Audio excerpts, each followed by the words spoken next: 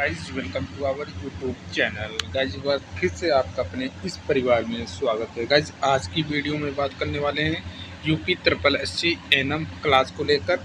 और देखिए नया टॉपिक स्टार्ट हो चुका है। टॉपिक का नाम है classification of food and their nutritive value, ठीक है। और दूसरा importance of nutrition in health and sickness. ये दोनों टॉपिक हम लेके चलेंगे। इस दोनों टॉपिक से आपके मिनिमम 6 नंबर पक्के होने वाले हैं। और इसका पार्ट 1 है। पार्ट 1 अभी हम कवर करेंगे। इसके बाद शायद पार्ट 2 ही आएगा। पार्ट 2 के बाद हो सकता है पार्ट 2 ही, 2 ही वीडियो आएगा। और इस 2 वीडियो से आपके 6 नंबर पक्के हो जाने वाले हैं, ठीक है। मैं बार बार बोलता हूँ, ये 2000 वाली क्लास 2000 रुपये आप दे के ज्वाइन करेंगे तब भी आपको ऐसा कंटेंट नहीं मिलेगा। तो इस 2000 वाली क्लास जो आपको फ्री में प्रोवाइड किया जा रहा है, इसकी वैल्यू को समझें। एक एक चीज़ को आप अच्छे तरीके से सीरियस हो के प्रॉपर तरीके से नोट्स बना के पढ़ें, तभी आपके एग्ज़ाम में अच्छे मार्क्स आएंगे। एमसीक्यू रटाने की प्रयास नहीं करता हूँ, सीधा सीधा कंसेप्ट आपके दिमाग में भरने की कोशिश करता हूँ, ताकि एग्ज़ाम में जैसे भी प्रश्न आए, किसी भी लैंग्वेज में घुमा के आए, आप आसानी से बना लें, ठीक है। हम क्या पढ़ रहे हैं? Topic wise theory plus MCQ कर रहे हैं। क्या कर रहे हैं? Topic wise theory plus MCQ कर रहे हैं। उसके साथ साथ प्रीवियस ईयर पेपर को भी लेके चल रहे हैं, ठीक है। अभी पार्ट 1 आप अच्छे से पढ़ें, ठीक है। उसके बाद पार्ट 2 को अच्छे से पढ़ें, तब आप में कॉन्फिडेंस आ जाएगा कि भैया आपने 6 नंबर पक्के कर लिए हैं, ठीक है। तो आपके सिलेबस में ये दे रखा है। चलिए हम डिस्कस करते हैं डिटेल में इस टॉपिक को। देखिए आपके सिलेबस में यहाँ पे 8 नंबर, ठीक है, 8 नंबर और 9 नंबर। 8 नंबर में लिखा है importance of nutrition in health and sickness and classification of food and their nutritive value, ठीक है। ये आपके 8 और 9 नंबर पे दे रखा है, ठीक है। आपकी सब्जेक्ट एकेडमी में जो चलती है भैया, हेल्थ प्रमोशन में आपको ये मिल जाएगा। हेल्थ प्रमोशन का जो एकेडमी बुक है, उस विषय में आपके ये टॉपिक दे रखे हैं, ठीक है। अभी यहाँ तक जो 7 नंबर तक हम ये क्लियर कर चुके हैं। ऊपर 7 नंबर सारा कुछ क्लियर कर चुके हैं, जो आपका कम्युनिटी हेल्थ नर्सिंग के सब्जेक्ट से टॉपिक थे। अब यहाँ से 8 नंबर से आपके स्टार्ट हो गए हैं क्या भैया? आपके स्टार्ट हो गए हैं हेल्थ प्रमोशन के, ठीक है। सबसे पहले हम समझेंगे पोषण का सिद्धांत, ठीक है। यहाँ पे आपको हेडिंग डालना है कि पोषण सिद्धांत का विस्तारित अवलोकन, ठीक है। फर्स्ट नंबर हेडिंग डालना है कि पोषण का परिचय। आपको जैसे इंट्रोडक्शन देना होगा, इंट्रोड्यूस करना होगा न्यूट्रिशन को, किस प्रकार से आप पोषण को इंट्रोड्यूस करोगे, ठीक है। तो समझना है कि पोषण वह विज्ञान है जो जीवित प्राणियों और उनके द्वारा उपभोग किए जाने वाले पदार्थों के बीच के अंतर संबंधों का अध्ययन करता है। इसमें भोजन का सेवन, पाचन, अवशोषण और चयापचय और उत्सर्जन की प्रक्रियाएं शामिल हैं। क्या क्या शामिल है भैया? आप यहाँ पे देख सकते हो, ध्यान देना है क्या क्या शामिल है भैया। उपभोग किए जाने वाले पदार्थों के बीच अंतर संबंधों का अध्ययन करता है। इसमें भोजन का सेवन, पाचन, अवशोषण और चयापचय और उत्सर्जन की प्रक्रियाएं शामिल है। अच्छे पोषण का स्वास्थ्य, वृद्धि और विकास के लिए सभी जीवन चक्रों में महत्वपूर्ण है, ठीक है। सेकंड देखना है पोषण का महत्व। पोषण का महत्व दूसरे हेडिंग में है, पोषण का महत्व तो वृद्धि और विकास में इम्पोर्टेंट है ही है, ठीक है। पोषण का महत्व, वृद्धि और विकास। उचित पोषण शारीरिक वृद्धि और संज्ञानात्मक विकास और समग्र स्वास्थ्य का समर्थन करता है। यह विशेष रूप से शिशु, बच्चों, किशोरों, गर्भावस्था, वृद्धावस्था के महत्वपूर्ण जीवन चरणों के दौरान आवश्यक है, ठीक है। अब देखिए बीमारियों की रोकथाम में भी पोषण का महत्व है। बीमारियों का रोकथाम भी बीमारियों की रोकथाम करने में भी पोषण का इम्पोर्टेंट है। पर्याप्त पोषण मोटापे, मधुमेह, हृदय रोग और कुछ प्रकार के कैंसर जैसी पुरानी बीमारियों को रोकने में मदद कर सकता है। अगर पर्याप्त पोषण कर रहे हैं, जो एक मानक निर्धारित किया गया है कि इतने क्वांटिटी में हमको इन सभी विटामिन्स या इन सभी मिनरल्स या इन सभी चीज़ों को सेवन करना है तो भैया वो मोटापे, डायबिटीज़, हृदय रोग और कुछ प्रकार की कैंसर जैसी पुरानी बीमारियों को रोकने में मदद कर सकता है। पोषण संबंधी कारक प्रतिरक्षा कार्य में भी महत्वपूर्ण भूमिका निभाते हैं। इंपॉर्टेंट है, अभी यहीं से प्रश्न बनेगा। यहाँ से देखिए ये वाली लाइन, पोषण संबंधी कारक प्रतिरक्षा कार्य में इम्यूनिटी वर्क में भी महत्वपूर्ण भूमिका निभाते हैं, जिससे संक्रमण और बीमारियों का जोखिम कम होता है। अब देखिए पोषण के घटक कौन कौन से हैं, इस चीज़ को समझना है। पोषण में कई आवश्यक पोषक तत्व शामिल होते हैं जिन्हें निम्नलिखित वर्गों में विभाजित किया जा सकता है। पहला देखिए माइक्रोन्यूट्रिएंट्स। माइक्रोन्यूट्रिएंट्स में क्या क्या आ जाएगा?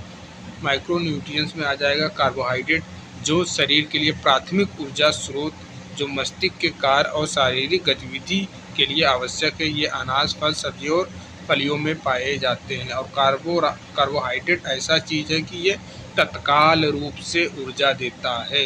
ठीक है, तत्काल रूप से ऊर्जा देता है। ठीक है, कार्बोहाइड्रेट। अब प्रोटीन देखिए, प्रोटीन ऊतकों की मरम्मत, प्रतिरक्षा कार्य, क्या ध्यान देना है, प्रोटीन जो है टिश्यू की मरम्मत करता है, प्रतिरक्षा कार्य और एंजाइम और हार्मोन के उत्पादन के लिए भी महत्वपूर्ण होता है। ये लाइन दो लाइन इंपॉर्टेंट है। क्या करता है? प्रोटीन ऊतकों की मरम्मत करता है, टिश्यू की मरम्मत करता है, प्रतिरक्षा कार्य और एंजाइम और हार्मोन के उत्पादन के लिए महत्वपूर्ण होता है। बस यही एक लाइन इंपॉर्टेंट है, यहीं से प्रश्न बन जाएगा। ठीक है, इसके स्रोतों से बात करें तो मांस, डेयरी उत्पाद, फलियां और नट्स शामिल हैं। ठीक है, अब देखिए वसा देर से ऊर्जा मिलती है, लेकिन इसकी टाइम ड्यूरेशन जो देर तक बनी भी रहती है, देर से मिलती है, देर तक बनी रहती है। और कार्बोहाइड्रेट क्या है, तुरंत ऊर्जा देता है और जल्द ख़त्म भी हो जाता है बॉडी से। ठीक है, तो वसा ऊर्जा संचय, सेल मेम्ब्रेन संरचना और हार्मोन उत्पादन के लिए आवश्यक है। इसके लिए वसा इम्पॉर्टेंट है।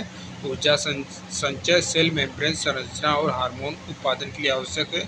स्वस्थ वसा तेल एवोकाडो, नट्स और फैटी फिश में पाए जाते हैं। ठीक है, देखिए माइक्रोन्यूट्रिएंट्स में क्या क्या आ जाएंगे भैया? माइक्रोन्यूट्रिएंट्स में विटामिन, जैव रासायनिक कार्यों के लिए आवश्यक कार्बनिक यौगिक, उदाहरण के लिए विटामिन सी प्रतिरक्षा कार्य का समर्थन करता है। ध्यान देना है, विटामिन सी, ये वाली लाइन इंपॉर्टेंट है। विटामिन सी प्रतिरक्षा कार्य का समर्थन करता है और बी विटामिन ऊर्जा चयापचय के लिए महत्वपूर्ण होता है। तो विटामिन यहाँ दिया है, विटामिन सी पूछ ले जाए। आपने कोरोना में देखा होगा, जब कोरोना बहुत ज़्यादा फैला था तो लोग नींबू का सेवन ज़्यादा कर दिए थे, खट्टे पदार्थ का सेवन ज़्यादा कर दिए थे। क्यों? क्योंकि उनकी इम्यूनिटी स्ट्रांग हो सके। ठीक है, इम्यूनिटी सिस्टम स्ट्रांग हो सके, रोग प्रतिरोधक क्षमता बढ़ सके, कोरोना से लड़ने की क्षमता बढ़ सके, इसलिए विटामिन सी का सेवन ज़्यादा कर रहे थे। तो ध्यान देना, विटामिन सी प्रतिरक्षा कार्य का समर्थन करता है और विटामिन बी ऊर्जा चयापचय के लिए महत्वपूर्ण होता है। ये इंपॉर्टेंट हो गया। ठीक है, अब देखिए खनिज असंगठित तत्व है जो हड्डियों के स्वास्थ्य, कैल्शियम, ठीक है, ऑक्सीजन परिवहन, लोहे और द्रव संतुलन जैसे सोडियम, पोटेशियम में भूमिका निभाते हैं। क्लियर? अब देखिए पानी भी इम्पॉर्टेंट है, माइक्रोन्यूट्रिएंट्स में पानी आ जाएगा। बॉडी को पानी की ज़रूरत है ना, जबकि यह पारंपरिक अर्थ में पोषक तत्व नहीं है। ध्यान देना है, यह अगर आप पारंपरिक अर्थ में देखेंगे तो ये पोषक तत्व नहीं है। पानी हाइड्रेशन बनाए रखने, तापमान विनियमन और समग्र शारीरिक कार्यों के लिए आवश्यक है। क्लियर? अब देखिए संतुलित आहार। ठीक है, संतुलित आहार में विभिन्न प्रकार के खाद्य पदार्थ होते हैं जो आवश्यक पोषक तत्वों को उचित अनुपात में प्रदान करते हैं। इसमें शामिल होना चाहिए जैसे ऊर्जा प्रदान करने वाले खाद्य पदार्थ। ठीक है, ऊर्जा प्रदान करने वाले खाद्य पदार्थ, कैलोरी की आवश्यकताओं को पूरा करने के लिए अपोषक तत्वों से भरपूर खाद्य पदार्थ जो विटामिन, खनिज और फाइबर में समृद्ध होते हैं। क्लियर? देखिए विविधता में देखेंगे, विभिन्न खाद्य पदार्थों का सेवन करने से पोषक तत्वों की विस्तृत श्रृंखला सुनिश्चित होती है। अब देखिए 5वें हेडिंग में यहाँ पे देखना है पोषण की कमी। आवश्यक पोषक तत्वों की कमी से निम्नलिखित समस्याएं उत्पन्न हो सकती है, जिनमें से पहला भैया इंपॉर्टेंट है कुपोषण। एक व्यापक शब्द है जो अधिपोषण, अपर्याप्त सेवन और अत्यधिक पोषण, अधिक सेवन को शामिल करता है। ठीक है, कुपोषण। अब देखिए विशिष्ट कमी भैया, जैसे कि स्कर्वी, विटामिन सी की कमी, रिकेट्स, विटामिन डी की कमी और आयरन डिफिशिएंसी, एनीमिया। ठीक है, अब देखिए पोषण का स्वास्थ्य पर प्रभाव। पोषण का स्वास्थ्य पर प्रभाव। शारीरिक स्वास्थ्य। एक अच्छे पोषण वाला शरीर बेहतर शारीरिक प्रदर्शन, सहन शक्ति और पुनर्प्राप्ति क्षमता रखता है। इसके विपरीत खराब पोषण मोटापा, उच्च रक्तचाप, मेटाबॉलिक सिंड्रोम का कारण बन सकता है। ठीक है। मानसिक स्वास्थ्य पे भी इसका पोषण का असर पड़ता है। पोषण संज्ञानात्मक कार्यों और मानसिक स्वास्थ्य को प्रभावित करता है। पोषण संबंधी कमी मूड, विकार, चिंता और अवसाद का कारण बन सकती है। कुछ पोषक तत्व जैसे ओमेगा 3 फैटी एसिड और बी विटामिन मस्तिष्क के स्वास्थ्य के लिए विशेष रूप से महत्वपूर्ण हैं। क्लियर। अब देखिए प्रतिरक्षा कार्य में देखना क्या है। पर्याप्त पोषण प्रतिरक्षा प्रणाली को मजबूत करता है, जिससे शरीर संक्रमण और बीमारियों से लड़ने में सक्षम होता है। कुपोषण प्रतिरक्षा प्रतिक्रियाओं को कमज़ोर कर सकता है, जिससे बीमारियों के प्रति संवेदनशील बढ़ जाता है। मतलब इम्यूनिटी सिस्टम के बारे में बताया गया है। ठीक है। अब देखिए जीवन शैली। 7वें पॉइंट में देखना है जीवन शैली और पर्यावरण की भूमिका। पोषण विभिन्न कारकों से प्रभावित होता है, जैसे कि आर्थिक स्थिति। लोगों के पास पैसा नहीं है तब भी वो पौष्टिक पदार्थों का सेवन नहीं कर पाएंगे। भैया पैसा है नहीं जेब में तो कहाँ से काजू बादाम किशमिश और भी पौष्टिक चीज़ें खरीद के आप खा पाओगे। तो वही चीज़ है आर्थिक स्थिति। पौष्टिक खाद्य पदार्थों की पहुँच अक्सर आय स्तर, शिक्षा और भौगोलिक स्थानों के साथ संबंधित होती है। ठीक है। अब देखिए सांस्कृतिक प्रथाएं भी हैं। आहार की आदतें सांस्कृतिक मानदंडों और परंपराओं द्वारा निर्धारित होती हैं, जो खाद्य विकल्पों और पोषण संबंधी सेवन को प्रभावित करती हैं। ठीक है। जैसे कि जीवन शैली के कारण, अब नेक्स्ट पॉइंट में इसमें देखना है जीवन शैली के कारण। शारीरिक गतिविधि, तनाव स्तर, नींद के पैटर्न भी पोषण संबंधी स्वास्थ्य में महत्वपूर्ण भूमिका निभाते हैं। ठीक है। 8वें पॉइंट में देखना है हस्तक्षेप और रणनीतियाँ। हस्तक्षेप और रणनीतियाँ पोषण में सुधार करने और कुपोषण से निपटने के लिए विभिन्न रणनीति लागू की जा सकती है, जैसे कि जन स्वास्थ्य पहलकदमियाँ। ठीक है। जन स्वास्थ्य पहलकदमियाँ कार्यक्रम जैसे इंटीग्रेटेड चाइल्ड डेवलपमेंट ICDS का उद्देश्य मातृ और बाल पोषण में सुधार करना है। शिक्षा, खाद्य पूरक और स्वास्थ्य सेवाओं के माध्यम से ध्यान देना है। ICDS का उद्देश्य क्या है, ये आपके एग्जाम में बन सकता है। ठीक है। इस प्रकार आप देख सकते हैं, इस प्रकार पोषण एक महत्वपूर्ण स्वास्थ्य पहलू है और इस घटकों और आवश्यकताओं को समझना व्यक्तिगत कल्याण और सामुदायिक स्वास्थ्य पर महत्वपूर्ण प्रभाव डाल सकता है। तो बहुत ही शॉर्टकट में मैंने अच्छे से आपको थियरी पार्ट 1 की समझा दिया है। अब हम प्रश्न बनाते हैं। ठीक है। प्रश्न बनाएंगे और ये प्रश्न जो है बहुत ही अच्छे प्रश्न हैं, ध्यान देना है। प्रश्न बहुत ही इम्पोर्टेंट है। पहले प्रश्न को देखना है। MCQ जो बना रहे हैं पहले आप अपने कॉपी पेन में इसको लिख लीजिए। ठीक है। उसके बाद ऑप्शंस को मिलाइएगा, कौन सा ऑप्शंस करेक्ट है। पहला दे रखा है मानव शरीर के लिए आवश्यक माइक्रोन्यूट्रिएंट्स में कार्बोहाइड्रेट, प्रोटीन और वसा शामिल होते हैं। ध्यान देना है, ये एक एक प्रश्न को ध्यान देना है। मानव शरीर के लिए आवश्यक माइक्रोन्यूट्रिएंट्स में कार्बोहाइड्रेट, प्रोटीन और वसा शामिल होते हैं, जो अभी ऊपर हमने बताया, जो ऊर्जा वृद्धि और शारीरिक कार्यों के लिए महत्वपूर्ण है। ठीक है। इनमें से प्रत्येक माइक्रोन्यूट्रिएंट्स का मुख्य कार्य क्या है। प्रत्येक माइक्रोन्यूट्रिएंट्स का मुख्य कार्य क्या है, जैसे कार्बोहाइड्रेट का कार्य क्या है, प्रोटीन का कार्य क्या है। ठीक है। ये पूछा है। वसा का कार्य क्या है। तो ऑप्शन दे रखा है, बताना है आपको कौन सा सही है। ठीक है। तो पहला ऑप्शन दे रखा है कि भैया कार्बोहाइड्रेट ऊर्जा प्रदान करते हैं, प्रोटीन ऊतकों की मरम्मत करते हैं। ठीक है। और वसा ऊर्जा संग्रहण और हार्मोन उत्पादन में सहायता करते हैं। तो बताइए क्या ये सही है, बताइए। और ऑप्शन नंबर बी देखिए, ऑप्शन नंबर बी बोल रहा है कि कार्बोहाइड्रेट केवल मस्तिष्क के लिए ऊर्जा प्रदान करते हैं, प्रोटीन का कोई विशेष कार्य नहीं है और वसा केवल स्वाद बढ़ाने के लिए होते हैं। बी सही है। या फिर सी वाला देखिए, सी वाला क्या बोल रहा है, कार्बोहाइड्रेट, प्रोटीन और वसा सभी एक समान कार्य करते हैं और केवल ऊर्जा प्रदान करते हैं। या फिर डी वाला, कार्बोहाइड्रेट केवल मांस में पाए जाते हैं और प्रोटीन हृदय स्वास्थ्य के लिए। बताइए इसका करेक्ट आंसर क्या हो जाएगा। तो सबसे पहले हमने आपको बताया था कि आप ऐसे प्रश्न को सबसे पहले देखिएगा, जो केवल है उसको आप काट दीजिएगा। ऐसे हम केवल को काट दे रहे हैं। अब देखिए कार्बोहाइड्रेट का काम क्या है, ये तत्काल रूप से ऊर्जा प्रदान करता है। तो यहाँ पे लिखा क्या है, कार्बोहाइड्रेट केवल मांस में पाए जाते हैं। और प्रोटीन हृदय स्वास्थ्य के लिए। अरे भैया प्रोटीन टिश्यू का जो है मरम्मत का कार्य करता है, ऊपर हमने थियरी में पढ़ा है ना, तो वैसे भी ये गलत हो जाएगा। सी वाले देखिए, कार्बोहाइड्रेट, प्रोटीन और वसा सभी एक समान कार्य करते हैं और केवल ऊर्जा प्रदान करते हैं। नहीं भैया, एक समान कार्य करते हैं। कार्बोहाइड्रेट तत्काल रूप से ऊर्जा देता है, प्रोटीन टिश्यू की मरम्मत करता है, वसा आपका ऊर्जा का संग्रहण करता है। तो ये सी वाला भी गलत हो जाएगा। ऑप्शन नंबर बी देखिए, ऑप्शन नंबर बी पूछा है कि कार्बोहाइड्रेट केवल मस्तिष्क के लिए ऊर्जा, ये भी गलत हो जाएगा। ठीक है, मस्तिष्क के लिए ऊर्जा नहीं।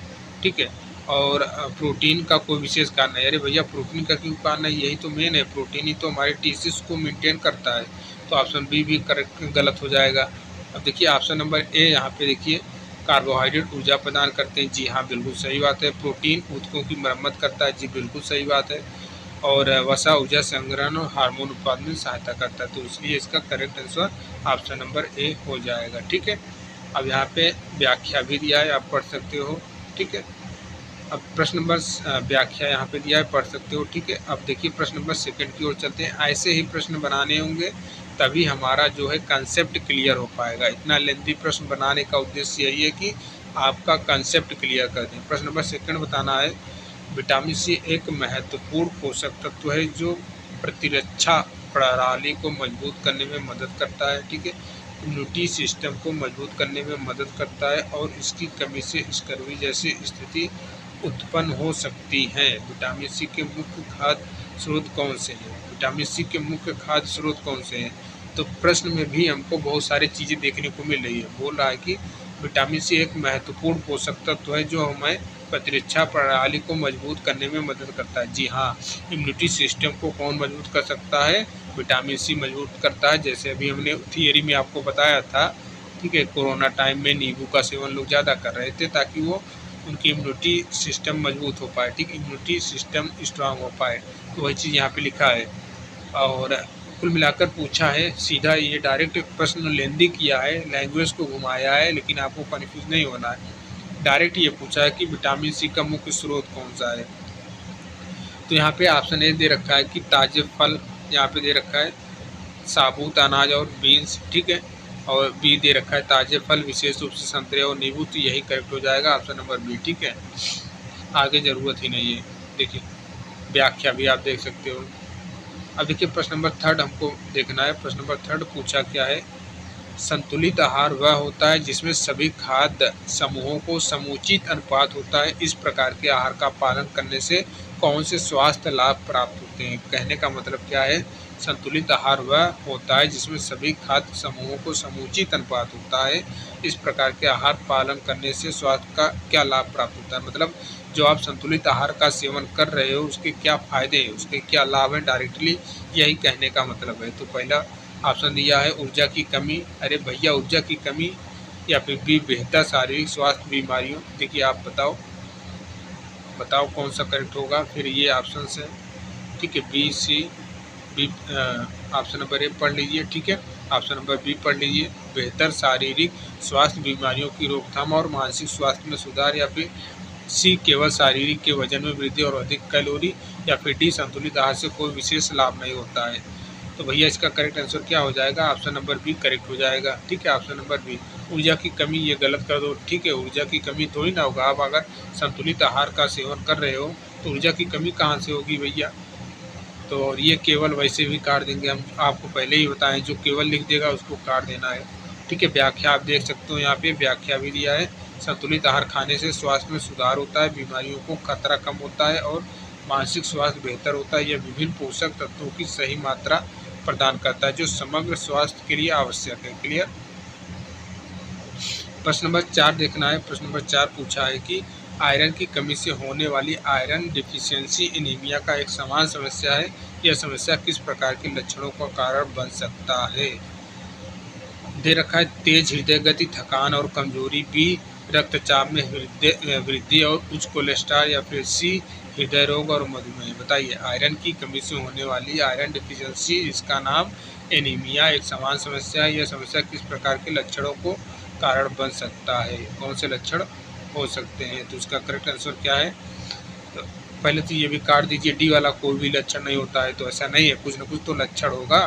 तेज हृदय गति, थकान, तो इसका करेक्ट आंसर ऑप्शन नंबर ए हो जाएगा भैया, तेज हृदय गति और थकान और कमजोरी, ठीक है। एनीमिया, यहाँ पे आप पढ़ सकते हो, आयरन डिफिशिएंसी एनीमिया से शरीर में ऑक्सीजन का सही परिवहन नहीं हो पाता है, जिससे थकान, कमजोरी और तेज हृदय गति जैसी समस्या उत्पन्न होती है। क्यों होती है? क्योंकि भैया जो ऑक्सीजन है इसका परिवहन नहीं हो पाता है, ब्लड में सही तरीके से सप्लाई नहीं हो पाता है, ठीक है। जब सप्लाई नहीं हो पा जाएगा तो हृदय स्ट्रेस में आएगा, हृदय स्ट्रेस में आएगा तो हृदय की गति जैसी समस्याएं उत्पन्न हो सकती हैं। क्लियर।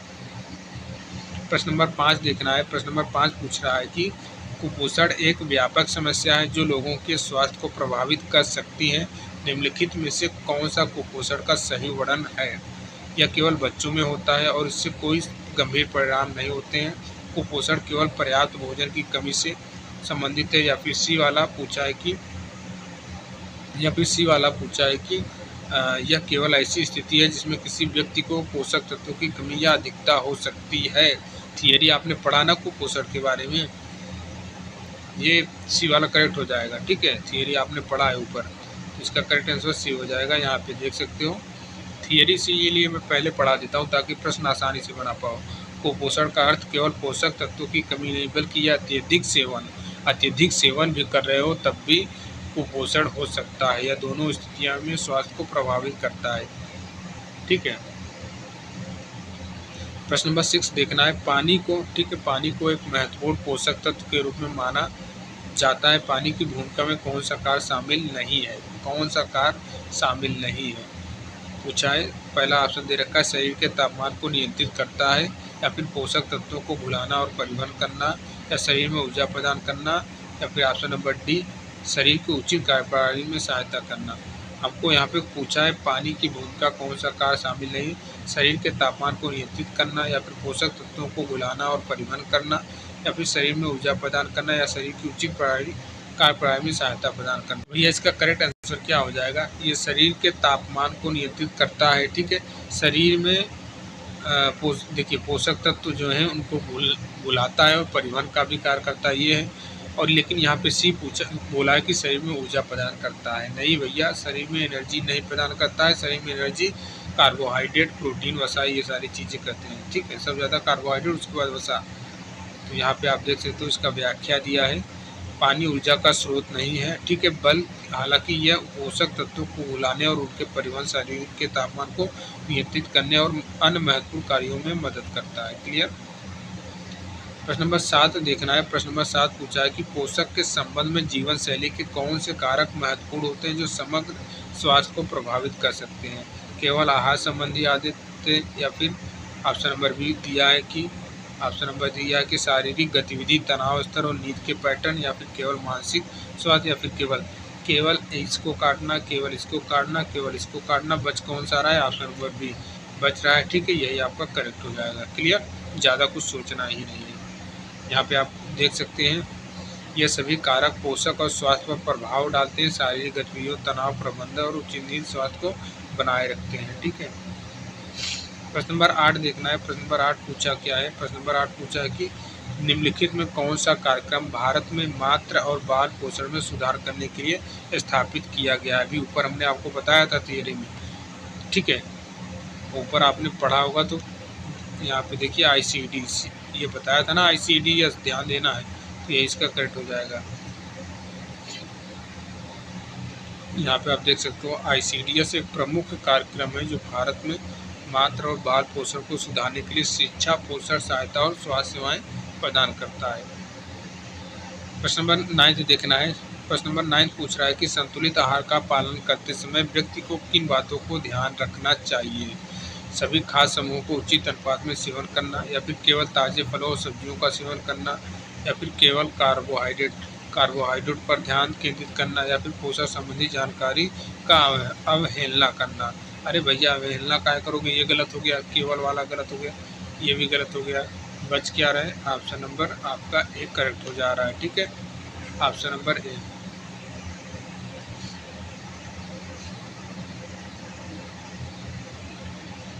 अब देखिए प्रश्न नंबर 10 देखना है, पोषण में सुधार के लिए कौन सी रणनीति प्रभावी हो सकती है?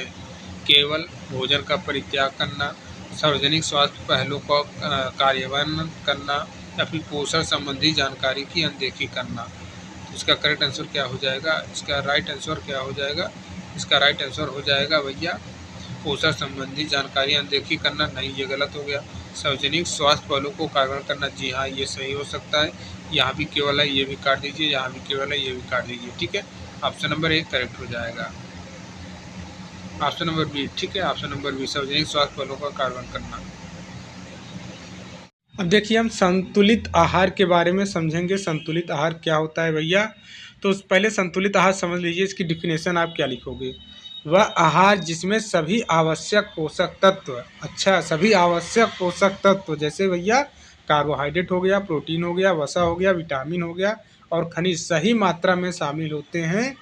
यह न केवल शारीरिक स्वास्थ्य को बनाए रखने में मदद करता है बल्कि मानसिक स्वास्थ्य और समग्र विकास के लिए भी अत्यंत आवश्यक है। मतलब कि भैया अगर आपको पूछ लिया जाएगा कि संतुलित आहार की डिफिनेशन क्या है, तो बताना है कि वह आवश्यक पोषक तत्व जिसमें कार्बोहाइड्रेट, प्रोटीन, वसा और विटामिन और खनिज का सही मात्रा में शामिल होना ही आपका संतुलित आहार कहलाता है। अच्छा, संतुलित आहार आपको केवल शारीरिक स्वास्थ्य को नहीं बनाए रखता है, ठीक है, शारीरिक स्वास्थ्य को बनाए रखने में मदद करने के साथ साथ ये आपके दिमाग को भी विकास करता है, आपके मानसिक स्वास्थ्य का भी विकास करता है। ठीक है, तो भैया संतुलित आहार आज से करिए और सिलेक्शन लीजिए।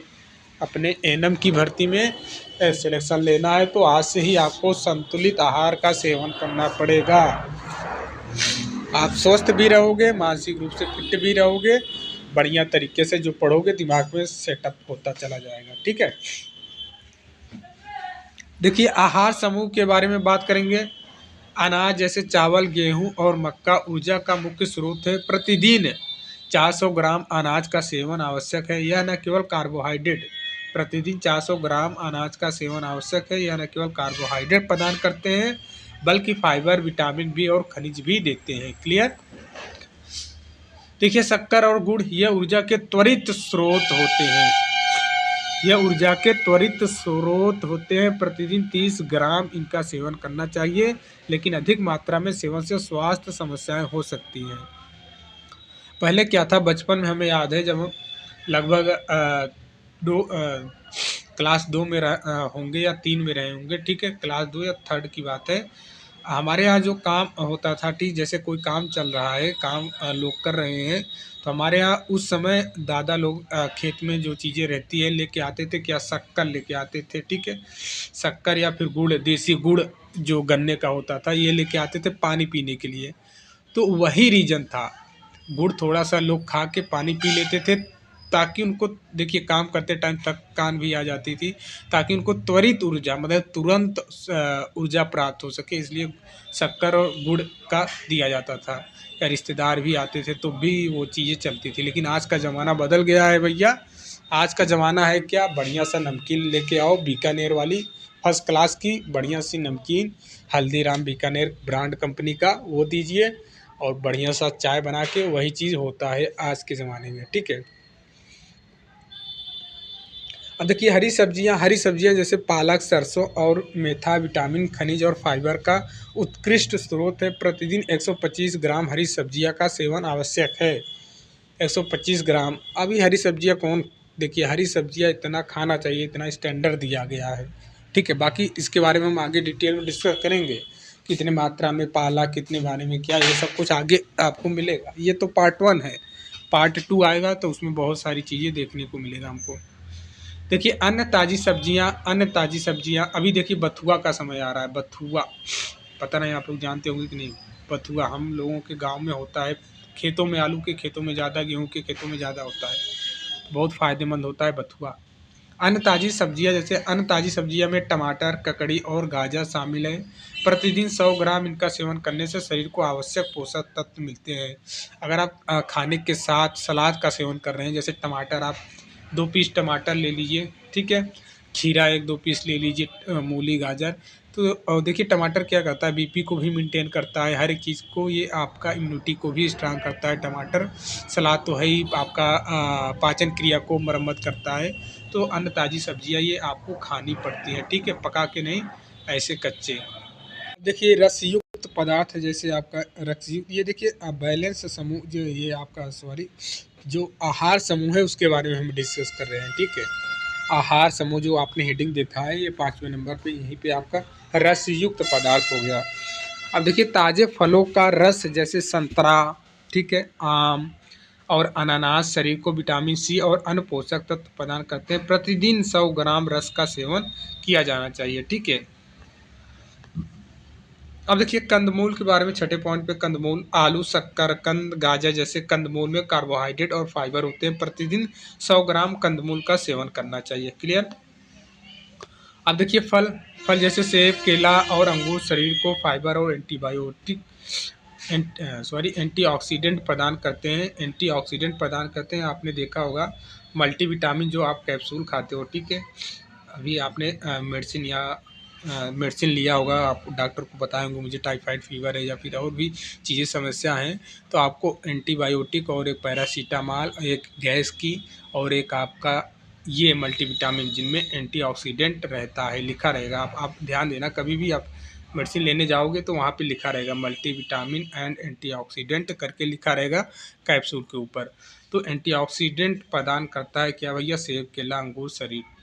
प्रतिदिन 200 ग्राम फलों का सेवन अत्यंत लाभकारी है, ठीक है? प्रतिदिन 200 ग्राम फलों का 200 ग्राम सेवन फलों का अत्यंत लाभकारी है। मूंगफली के बारे में क्या है? मूंगफली जैसे नट्स स्वास्थ्य, वसा, प्रोटीन और विटामिन ई का स्रोत होते हैं।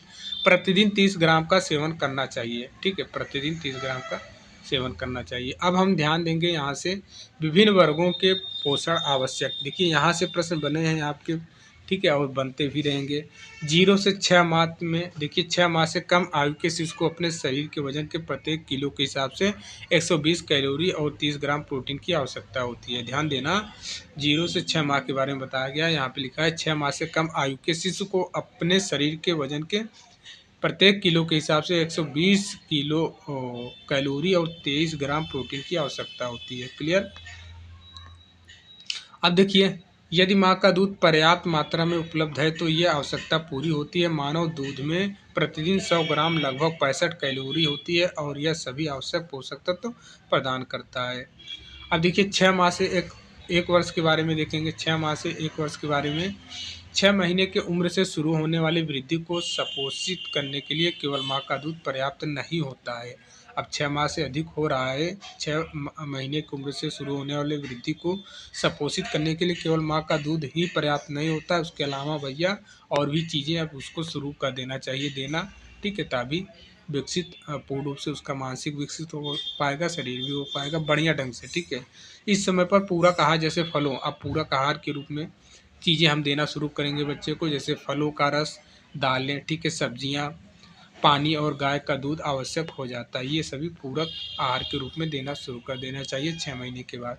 ये पूरक आहार बच्चे के विकास को सुनिश्चित करने में मदद करते हैं, कुपोषण से बचाते हैं, ठीक है? जरूरी होता है। अब देखिए पाठशाला के समय, पाठशाला से पूर्व बच्चे 1 से 5 वर्ष की, अब देखिए लगभग 5 साल के बाद बच्चे जाने लगते हैं, नहीं स्कूल में जाने लगते हैं 5 से 6 साल की उम्र में। तो वही चीज़ है पाठशाला से पूर्व, मतलब 1 से 5 वर्ष तक की आयु में क्या चीज़ें होती हैं। इस आयु वर्ग के बच्चों में शारीरिक गतिविधियाँ, वृद्धि और क्रियाएँ तेज़ी से होती हैं। उन्हें अतिरिक्त प्रोटीन, विटामिन और खनिज की आवश्यकता होती है, ठीक है? देखिए 1 वर्ष की आयु के बच्चे की दैनिक आवश्यकता लगभग 1000 किलो कैलोरी होती है। ध्यान देना है, 1 वर्ष की आयु के बच्चे की दैनिक आवश्यकता लगभग 1000 कैलोरी होती है। ये इंपॉर्टेंट पॉइंट है। अब देखिए नेक्स्ट हम देखना है 1 वर्ष की आयु के बाद ऊर्जा की आवश्यकता की गणना जीवन के प्रत्येक वर्ष के लिए 100 कैलोरी जोड़कर की जाती है। 1 वर्ष के बाद, ठीक है, 1 वर्ष की आयु के बाद ऊर्जा की आवश्यकता की गणना जीवन के प्रत्येक वर्ष के लिए 100 कैलोरी जोड़कर की जाती है। पॉइंट है, ठीक है? अब देखिए स्कूली बच्चे 5 से 15 वर्ष की उम्र में, स्कूली आयु के बच्चे किसी भी देश की जनसंख्या का एक महत्वपूर्ण वर्ग हैं। इस वाई के वर्ग के बच्चों को आहार में दूध, ठीक है, दूध, अंडे, मांस, मछली, हरी सब्जियां और फलियां शामिल होनी चाहिए। क्लियर। अब देखिए अध्ययनों से पता चलता है कि स्कूली बच्चों में प्रोटीन, कैलोरी और विटामिन की कमी आम है, ठीक है, मतलब ये कमी आम रूप से देखी जाती है स्कूली बच्चों में। भारत सरकार द्वारा नियुक्त स्कूल हेल्थ कमेटी 1950 ने स्कूल में मध्याह्न भोजन का उपलब्ध कराने की सिफारिश की ताकि पोषण के सुधार में शिक्षा में भी सुधार हो सके। क्लियर। अब देखिए किशोरावस्था आ गया, तो किशोरावस्था में तीव्र गति से विकास होता है, इसलिए उन्हें अधिक ऊर्जा और पौष्टिक तत्वों की जरूरत होती है। इस अवस्था में किशोरों को सभी प्रकार के आहार का समुचित सेवन करना चाहिए, जिसमें कि जैसे कार्बोहाइड्रेट हो गया, प्रोटीन हो गया, वसा हो गया, विटामिन हो गया और खनिज हो गया, ये सारी चीज़ें पर्याप्त मात्रा में लेनी चाहिए। ध्यान देना है संतुलित आहार उन्हें शारीरिक और मानसिक रूप से स्वस्थ रहने में मदद करता है, जिससे उनका विकास और शिक्षा दोनों प्रभावित होते हैं।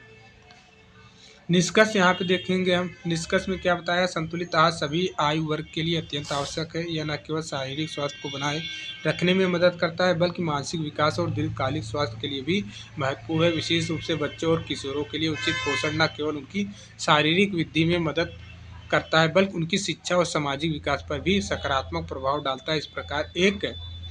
इस प्रकार एक संतुलित आहार का पालन, ठीक है, संतुलित आहार का पालन करना हर व्यक्ति के लिए जरूरी होता है ताकि वह स्वस्थ और सक्रिय जीवन जी सके। क्लियर।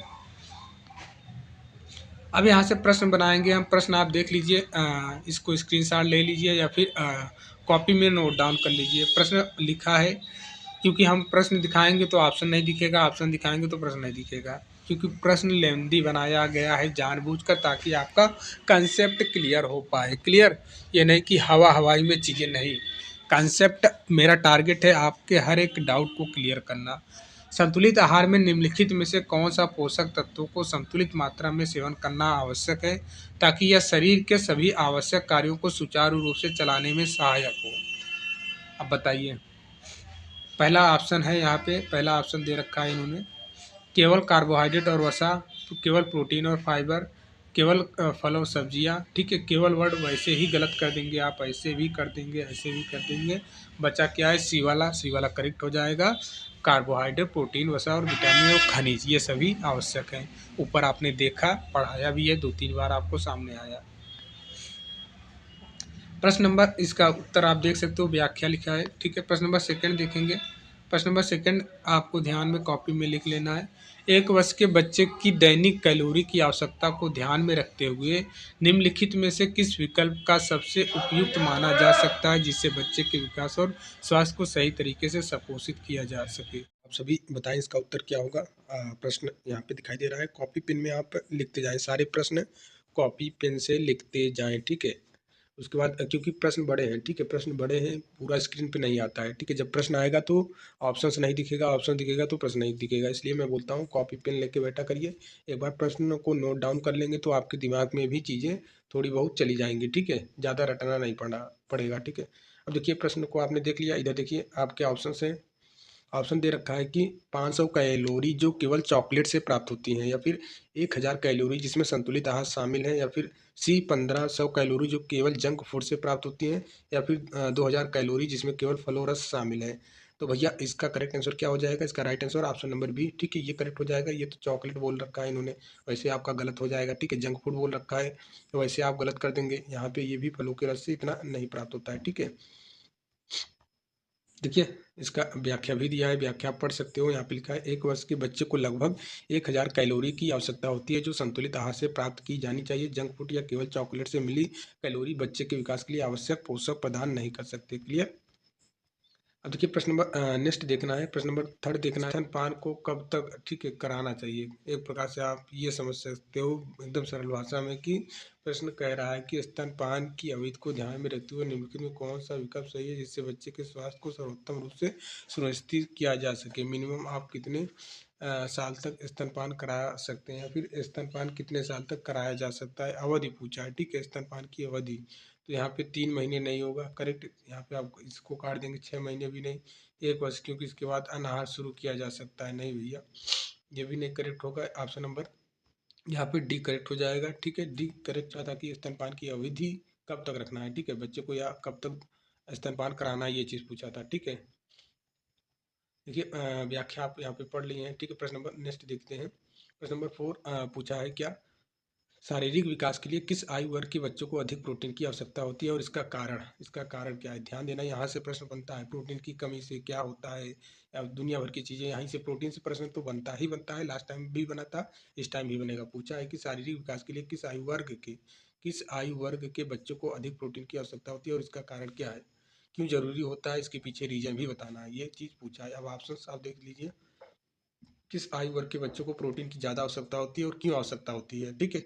प्रश्न पूछा है किस आयु वर्ग के बच्चों को प्रोटीन की ज़रूरत होती है और उसके पीछे क्या कारण है, ये भी बताना है, ठीक है। यहाँ पे लिखा है कि 0 से 6 महीने क्योंकि उन्हें केवल दूध की आवश्यकता होती है, या फिर 6 महीने से 1 वर्ष क्योंकि यह अवधि विकास के लिए महत्वपूर्ण होता है, या फिर 1 से 5 वर्ष क्योंकि इस दौरान बच्चे तेजी से बढ़ते हैं, या फिर डी 5 से 15 वर्ष क्योंकि किशोरावस्था में शारीरिक विकास तेजी से होता है। बताइए इसका करेक्ट आंसर क्या हो जाएगा। अब तो बहुत ही आसान प्रश्न है, आप आसानी से डी वाला करेक्ट कर दोगे, क्योंकि यहाँ पे लिखा है कि 15 वर्ष 5 से 15 वर्ष क्योंकि किशोरावस्था में शारीरिक विकास तेजी से होता है। क्लियर, इसलिए प्रोटीन की जरूरत होती है, ठीक है।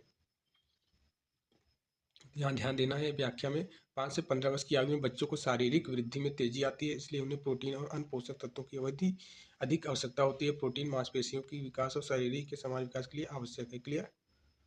प्रश्न नंबर 5 देखना है। प्रश्न नंबर 5 पूछा है कि कुपोषण के प्रमुख कारणों में से कौन सा कारण सबसे अधिक प्रभाव डालता है और इसे कैसे रोकने के लिए उचित उपाय क्या हो सकता है। प्रश्न पूछा है कुपोषण के प्रमुख कारणों में से कौन सा कारण सबसे अधिक प्रभाव डालता है और इसे कैसे रोकने के लिए उचित उपाय क्या हो सकता है। तो अधिक भोजन का सेवन करना, ठीक है। नेक्स्ट ऑप्शन दे रखा है कि केवल फास्ट फूड का सेवन करना, या फिर सी पोषक तत्वों की कमी। तो आपको बताना है करेक्ट आंसर इसका क्या हो जाएगा। बताइए इसका राइट आंसर क्या हो जाएगा। या फिर डी वाला केवल शारीरिक गतिविधियों का अभाव। कुपोषण के प्रमुख कारण सभी को पता है। अगर पर्याप्त मात्रा में संतुलित भोजन नहीं मिल पा रहा है तो कुपोषण होना तय है, ठीक है। सभी को पता है कुपोषण कैसे होता है। पर्याप्त मात्रा में संतुलन भोजन ना मिलने, देखिए संतुलित आहार या फिर पर्याप्त मात्रा में भोजन नहीं मिल रहा है, ठीक है, तो कुपोषण होना तय है। तो ये तो समझ में आ गया, कुपोषण का प्रमुख कारण पर्याप्त भोजन ना मिलना, ठीक है। और कौन सा कारण सबसे अधिक प्रभाव डालता है और उसे कैसे रोकने के लिए उचित उपाय है। तो अब ऑप्शन देखिए, अधिक भोजन का सेवन नहीं भैया, ये गलत हो जाएगा, ठीक है। केवल फास्ट फूड का सेवन, ये भी गलत हो जाएगा। अब सी वाला पूछ रहा है पोषक तत्वों की कमी के कारण, ठीक है। हाँ, अब देखिए यहाँ पे हमको जो आंसर चाहिए वो मिल गया। पोषक तत्वों की कमी के कारण पर्याप्त भोजन का ना मिलना, ठीक है, ये आपका करेक्ट हो जाएगा। पोषक तत्वों की कमी के कारण पर्याप्त भोजन ना मिलना, ठीक है। केवल शारीरिक गतिविधियां का अभाव, ये तो केवल आ गया, वैसे ही गलत हो जाएगा। देखिए व्याख्या पढ़ सकते हो आप, व्याख्या आप जरूर पढ़ा करें, ठीक है।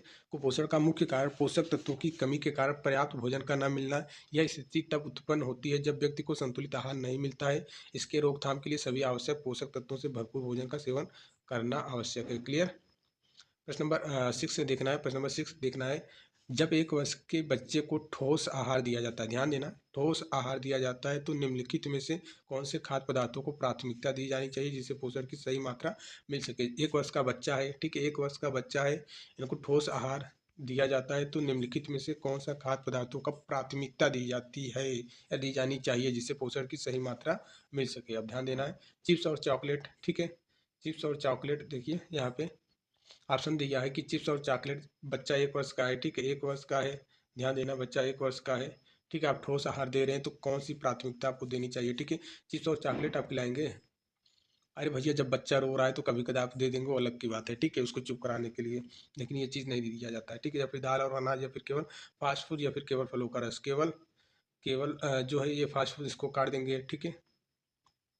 जितने भी ऑप्शंस हैं आप केवल वाले को काट दीजिए, ठीक है। बच कौन रहा है, यही बच रहा है, ऑप्शन नंबर बी करेक्ट हो जाएगा। क्लियर।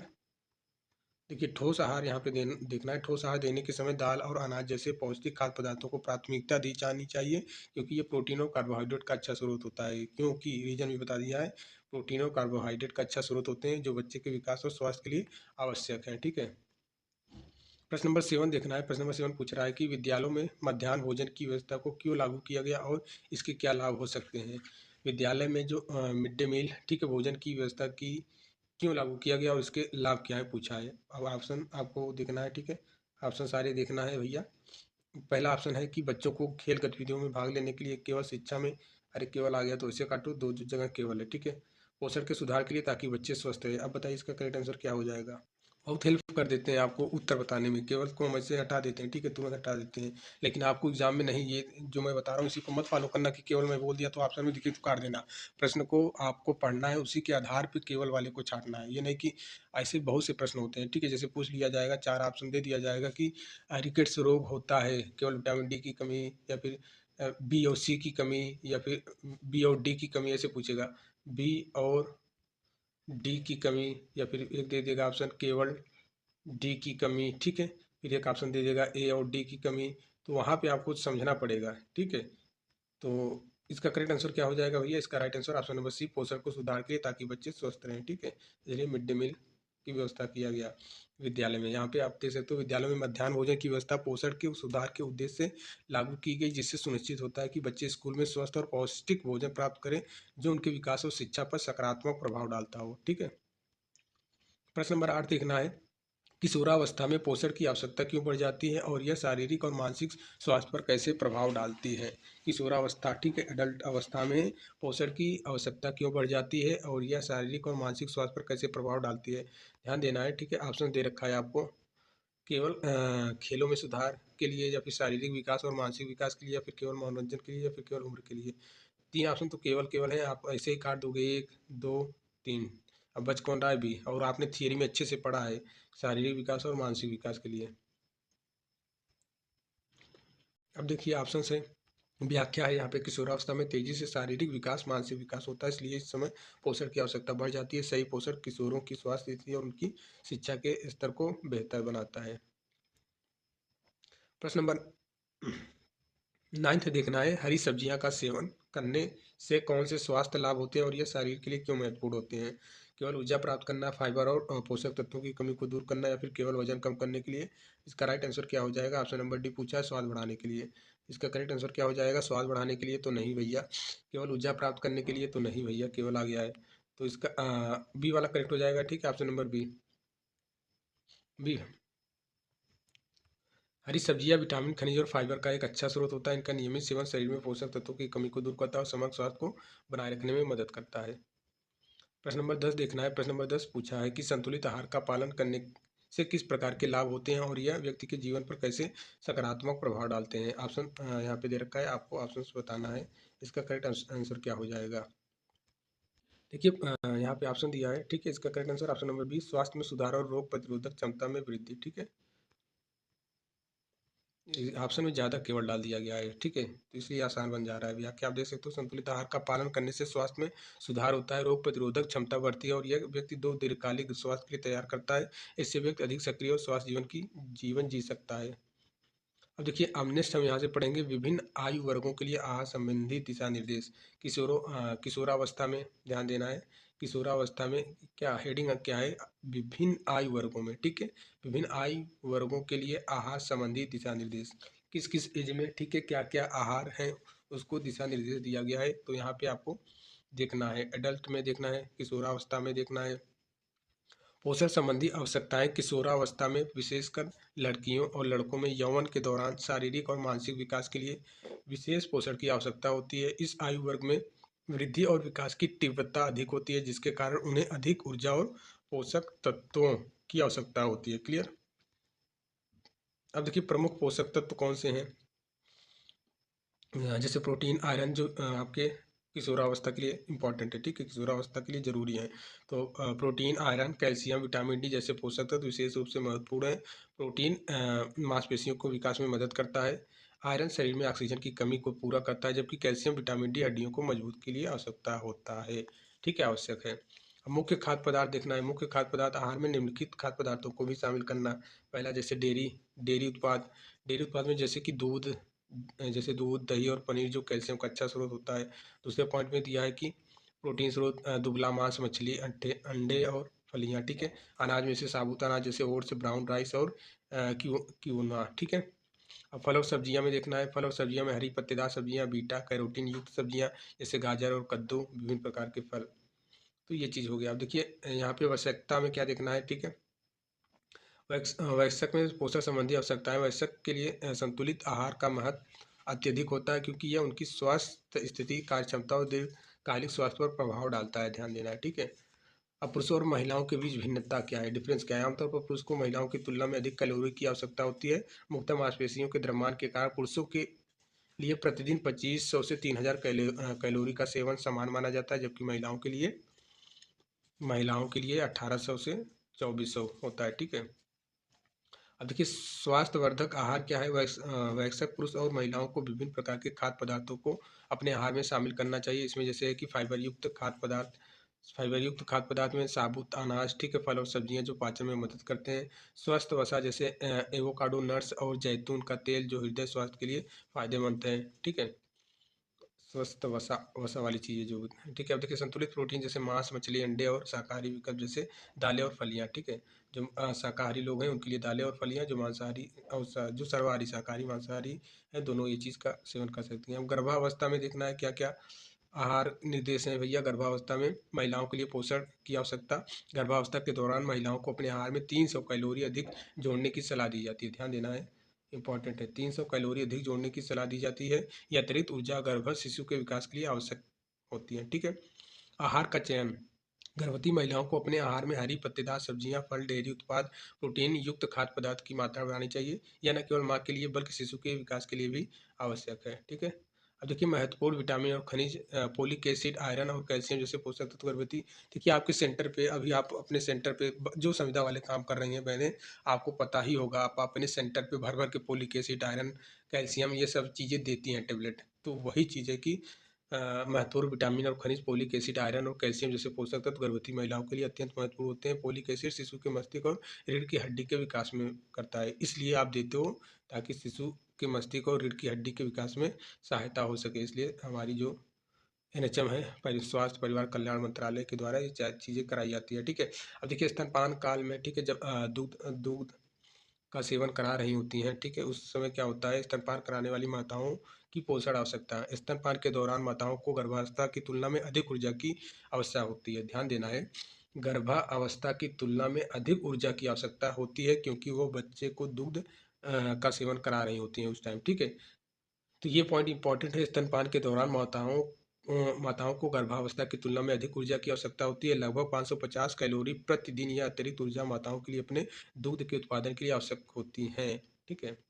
आप अक्सर देखे भी होंगे, ठीक है, प्रैक्टिकल देखे होंगे, जिनका बच्चा है, ठीक है, दूध पी रहा है, ठीक है, और माता अभी स्तनपान करा रही हैं, तो आपने देखा होगा जो माताएं होती हैं उनके बॉडी में थोड़ा बहुत आप ऐसे ही पता चल जाता है देखने से कि स्वास्थ्य उनका थोड़ा बहुत पहले की अपेक्षा थोड़ा कम दुबला पतला हो जाती है, या फिर ये चीज़ हो जाती है। तो पूछते भी हैं कि भैया इतने दुबले पतले, तो पता चलता है कि बच्चा है दूध दिन भर पीता रहता है, तो वही चीज़ें हैं, ठीक है। तो इनको अतिरिक्त ऊर्जा की ज़रूरत होती है ताकि सही मात्रा में, उचित मात्रा में दूध अपने बच्चे को दे पाएँ, ठीक है, पिला पाएँ, तो वही चीज़ है। बाकी चीज़ें हैं, मैं आप खुद ही एनम है, ठीक है, आप समझ रहे हैं, ठीक है। एक्सप्लेन ज़्यादा चीज़ें वैसे भी करने की ज़रूरत है नहीं, आप समझदार हैं, समझ ही जाएंगे।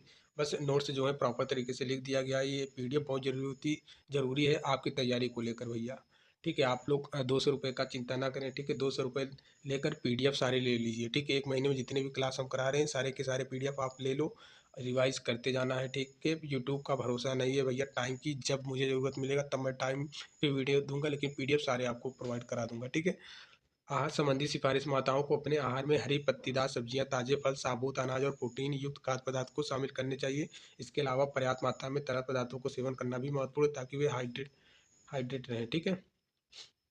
अब देखिए, पोषण संतुलन। स्तनपान कराने वाली माताओं के लिए अतिरिक्त 20 ग्राम प्रोटीन और 2 ग्राम कैल्शियम की आवश्यकता होती है। ध्यान देना है, स्तनपान कराने वाली माताओं के लिए अतिरिक्त 20 ग्राम प्रोटीन और 2 ग्राम कैल्शियम की आवश्यकता होती है। यह सुनिश्चित करता है कि न केवल माँ की स्वास्थ्य स्थिति अच्छी हो रहे, बल्कि बच्चे को भी आवश्यक पोषण प्राप्त हो। अब देखिए, वृद्धावस्था में जो चीज़ें हैं उसको हम देखेंगे। हमने सारा चीज़ मतलब स्टेप बाय स्टेप देख रहे हैं। किशोरावस्था में, वयस्क अवस्था में, फिर गर्भावस्था में, फिर स्तनपान अवस्था में, अब हम वृद्धावस्था में देख रहे हैं, ठीक है। ऊर्जा की कमी। 50 वर्ष के बाद शरीर की ऊर्जा की आवश्यकताओं में कमी आती है, ठीक है, ध्यान देना है। 50 वर्ष के बाद शरीर की ऊर्जा की आवश्यकताओं में कमी आती है। इस अवस्था में चबाने, पचाने और सूंघने की शक्तियाँ भी कमज़ोर हो सकती हैं। इसलिए वृद्ध व्यक्तियों के लिए सबसे छोटे और बार बार भोजन देना बेहतर होता है, ठीक है। मतलब थोड़ा थोड़ा खाएं, बार बार खाएं, ये कहने का मतलब है। अब देखिए पोषण पर ध्यान कैसे रखेंगे वृद्धावस्था में। वृद्ध व्यक्तियों को अपने आहार में अधिक से अधिक पोषक तत्वों की मात्रा शामिल करनी चाहिए। इससे संतुलन करने के लिए निम्नलिखित चीज़ों को ध्यान रखें, जैसे कि पहला भैया विटामिन और खनिज। विटामिन और खनिज में क्या है कि फल और सब्जियां जो विटामिन सी और ई अन्य महत्वपूर्ण खनिजों का स्रोत है। अब देखिए नेक्स्ट पॉइंट में है प्रोटीन। दुबला मांस दुबला मांस, मछली, अंडे और डेयरी उत्पाद जो मांसपेशियों को बनाए रखने में मदद करते हैं। उसके बाद फाइबर, उच्च फाइबर युक्त पदार्थ जैसे साबुत अनाज और फलियां जो पाचन, देखिए जो भी फाइबर वाली चीज़ें हैं, ठीक है, हरी सब्जियां भी, पालक हुआ, सलाद हुआ, ये खीरा हुआ, ये सारी चीज़ें जो हैं ये आपके डाइजेस्टिव सिस्टम को मजबूत रखते हैं, अच्छा रखते हैं, ठीक है, मेंटेन बना के रखते हैं। इसलिए सलाह दिया जाता है कि फाइबर वाली चीज़ें खाएं। ये टेबल है, इसको आपको नोट्स बना के रखना है, ठीक है। शिशुओं और बच्चों के लिए अनुशंसित पोषण यहाँ पे, ठीक है, ये चीज़ थोड़ा दिक्कत हो सकती। पोषण तालिका देखिए आयु वर्ग दिया है और शरीर भार किलोग्राम में, ऊर्जा कैलोरी में, प्रोटीन ग्राम में, ठीक है। तो ये आपको बनाना है टेबल, पहले ये बना लीजिए ऊपर का, ठीक है, अच्छे तरीके से कॉपी में। उसके बाद यहाँ पे आयु वर्ग जन्म से, पहले लिखिएगा जन्म से 8 माह तक, शरीर का भार 3 से 7 किलोग्राम और ऊर्जा कैलोरी में कितनी चाहिए 600 ग्राम और प्रोटीन 11 ग्राम। फिर उसके बाद नेक्स्ट वाले टेबल में आपको बनाना है 6 माह से 1 वर्ष तक, 6 माह से एक वर्ष तक शरीर का वजन 8 से 9 ग्राम, ऊर्जा कैलोरी में 800, ठीक है, और प्रोटीन की मात्रा 13 ग्राम। फिर उसके बाद 1 वर्ष से 3 वर्ष के बीच में शरीर का वजन 10 से 13, ठीक है, उसके बाद किलोग्राम में है, ठीक है, कैलोरी 1200 और ऊर्जा ग्राम में 18, ठीक है, प्रोटीन ग्राम में 18। उसके बाद देखिए ये 4 से 6 वर्ष के बीच में कितना वजन होना चाहिए 14 से 17 और कैलोरी 1500 और प्रोटीन 22 ग्राम में, ठीक है। उसके बाद 7 से 9 वर्ष में 18 से 21।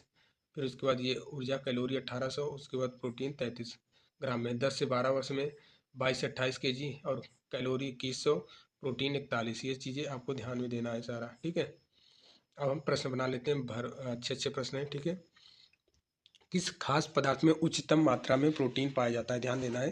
प्रश्न पूछ रहा है कि किस खाद्य पदार्थ में उच्चतम मात्रा में प्रोटीन पाया जाता है जो मांसपेशियों के विकास और पुनः निर्माण के लिए अत्यंत आवश्यक होता है और जिससे विशेष रूप से शारीरिक गतिविधियां वाले व्यक्तियों के लिए अनुशंसित किया जाता है। अब देखिए ऑप्शन दे रखा है आलू, पनीर, चावल, केले, तो आपको बताना है इसका राइट आंसर। देखिए भैया इसका करेक्ट आंसर क्या हो जाएगा, चावल में कार्बोहाइड्रेट, आलू में कार्बोहाइड्रेट, ठीक है, केले में भी कार्बोहाइड्रेट की मात्रा ज़्यादा रहती है, तो यहाँ पे इसका राइट आंसर पनीर हो जाएगा, क्योंकि ऑप्शन में पूछा है कि प्रोटीन, ठीक है, प्रोटीन पाया जाता है। यहाँ पे पूछा है किस खाद्य पदार्थ में उच्चतम मात्रा में प्रोटीन पाया जाता है जो मांसपेशियों के विकास।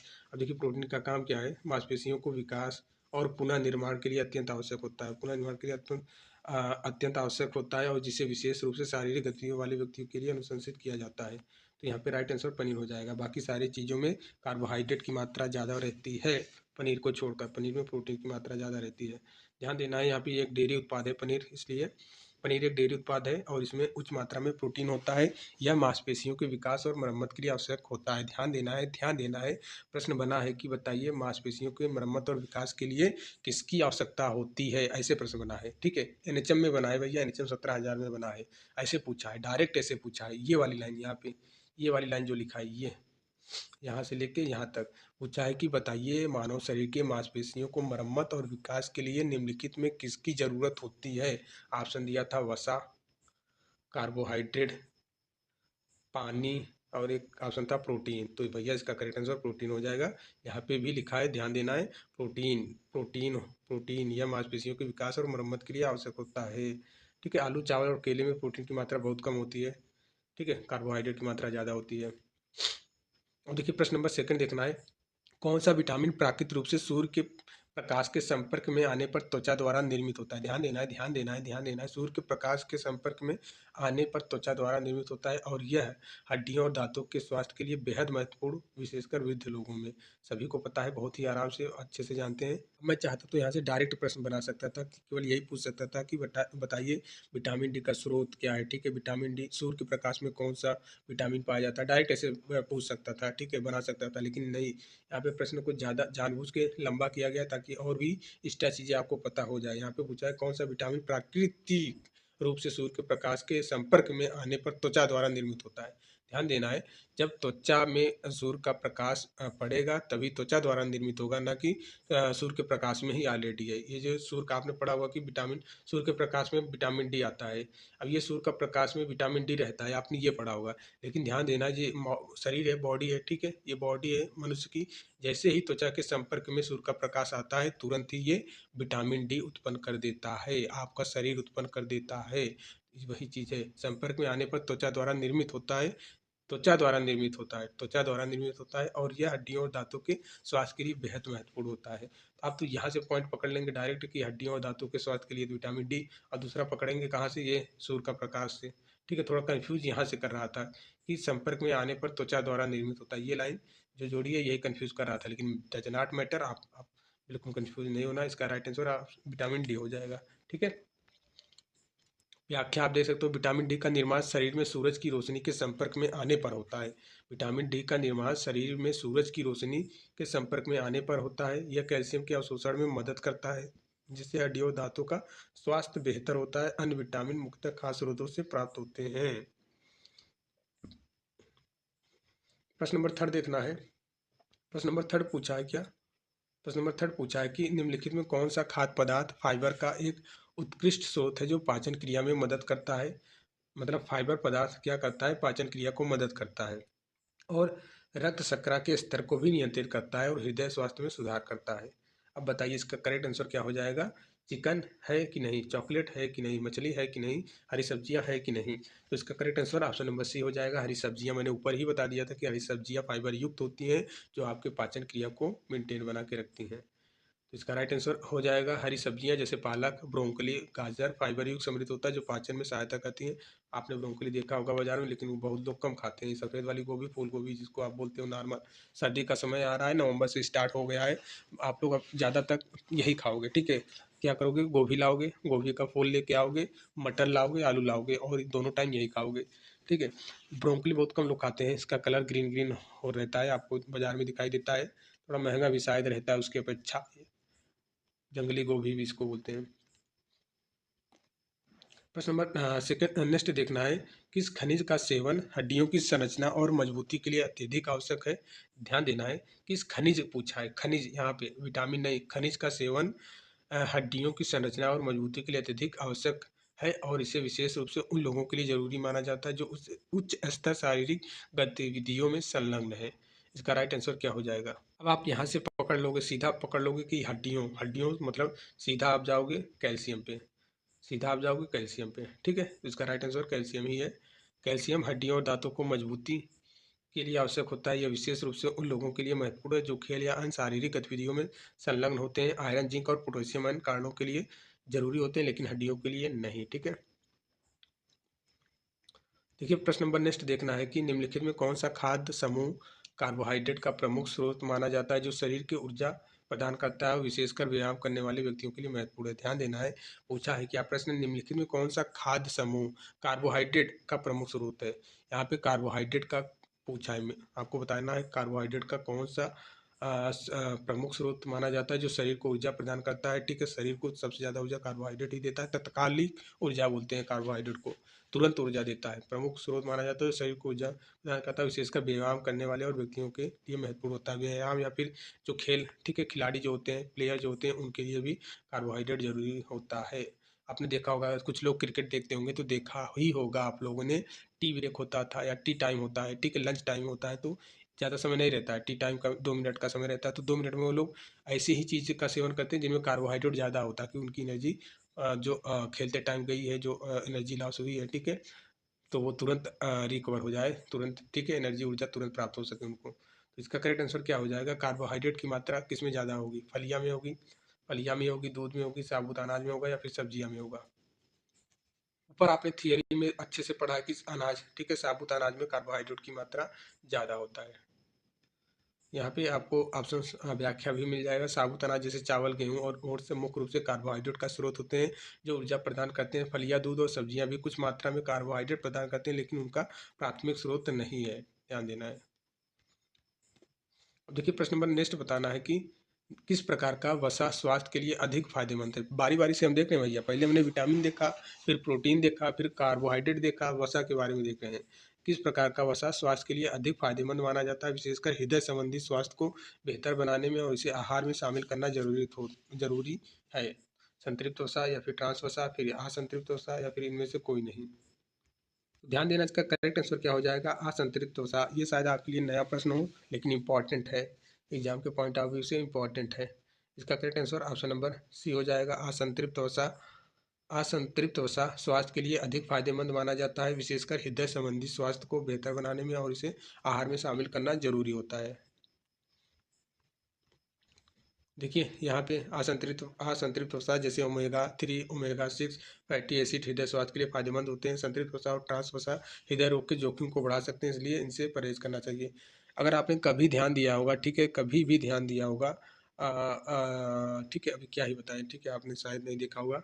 आप डॉक्टर को ये इनकी कैप्सूल भी आती है, ओमेगा 3 ओमेगा 6 का भी कैप्सूल आता है, ठीक है, इसको भी डॉक्टर लोग लिखते हैं, तो वही रीजन है।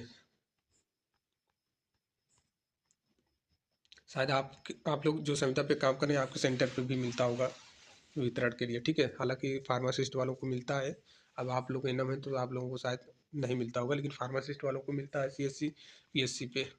किस फल में विटामिन सी की उच्चतम मात्रा होती है, जो शरीर को प्रतिरक्षा, देखिए, इम्यूनिटी सिस्टम को मजबूत करने और अ, कोलाजन निर्माण में मदद करती है, और इसे प्रतिदिन के आहार में शामिल करने की सलाह दी जाती है।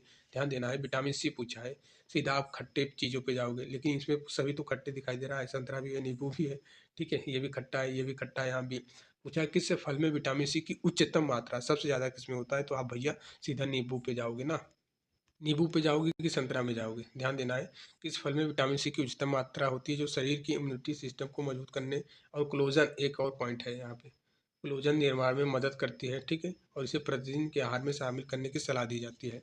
अगर आप नींबू प्रतिदिन सेवन करेंगे तो भैया दिक्कतें होगी, ज़्यादा नींबू भी नहीं खाना चाहिए। यहाँ पे इसका करेक्ट आंसर क्या हो जाएगा, ऑप्शन नंबर बी संतरा हो जाएगा, ठीक है। संतरा प्रतिदिन एक दो वर्ड जुड़ा है, यहाँ पे दो वर्ड और दो लाइन और जुड़ी हुई है, ठीक है। क्या कोलोजन निर्माण में मदद करता है, और इसे प्रतिदिन आहार में शामिल करने की सलाह दी जाती है, प्रतिदिन। तो इसका correct answer option number B हो जाएगा, संतरा, ना कि नींबू, ठीक है।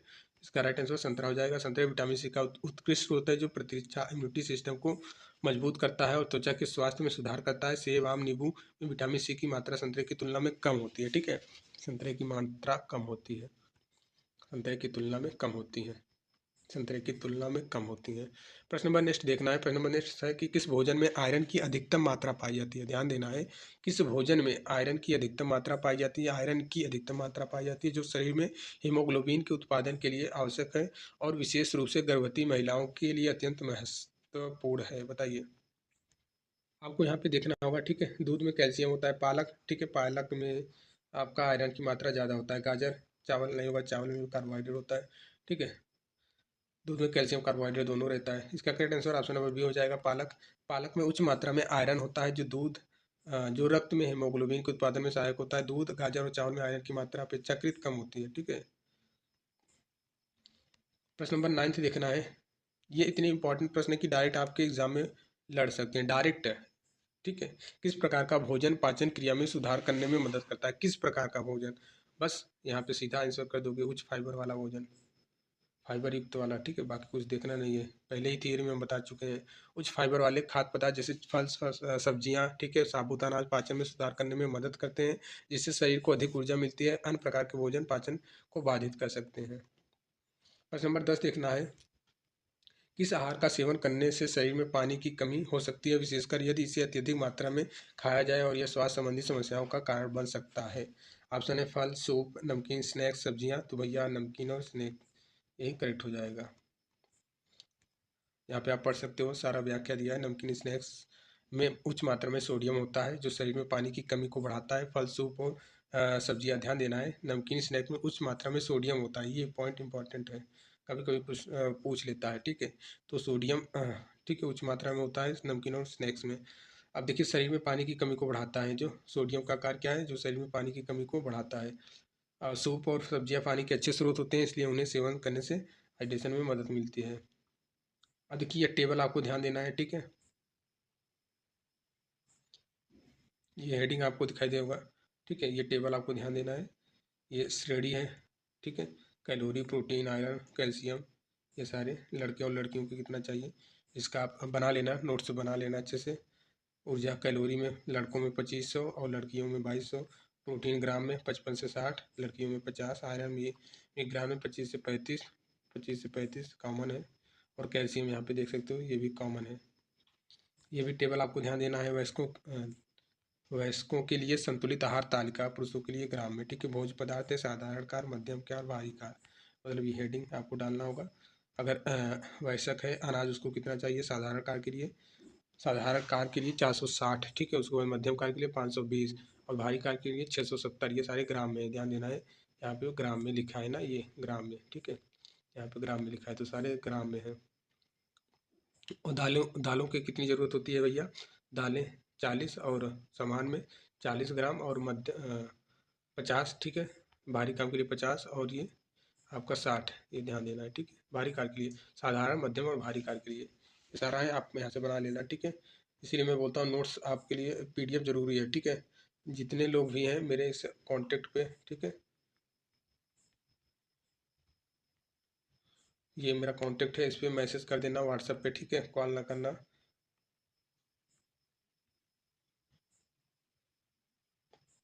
200 फ़ी है, ठीक है। PDF की फ़ी 200 है। एक मंथ में जितना भी क्लास देंगे आपको सारे PDF मिल जाएंगे। वैसे तारीख एक मंथ में शायद आपका कंप्लीट हो जाए, 19-20 टॉपिक तो कंप्लीट हो जाएंगे, बचेंगे 17-18 तो अगले महीने में वो कंप्लीट करा देंगे, ठीक है। 200 फ़ी दे के आप ज्वाइन कर सकते हो PDF वाला ग्रुप। ये भी है, टेबल याद करना है सारा।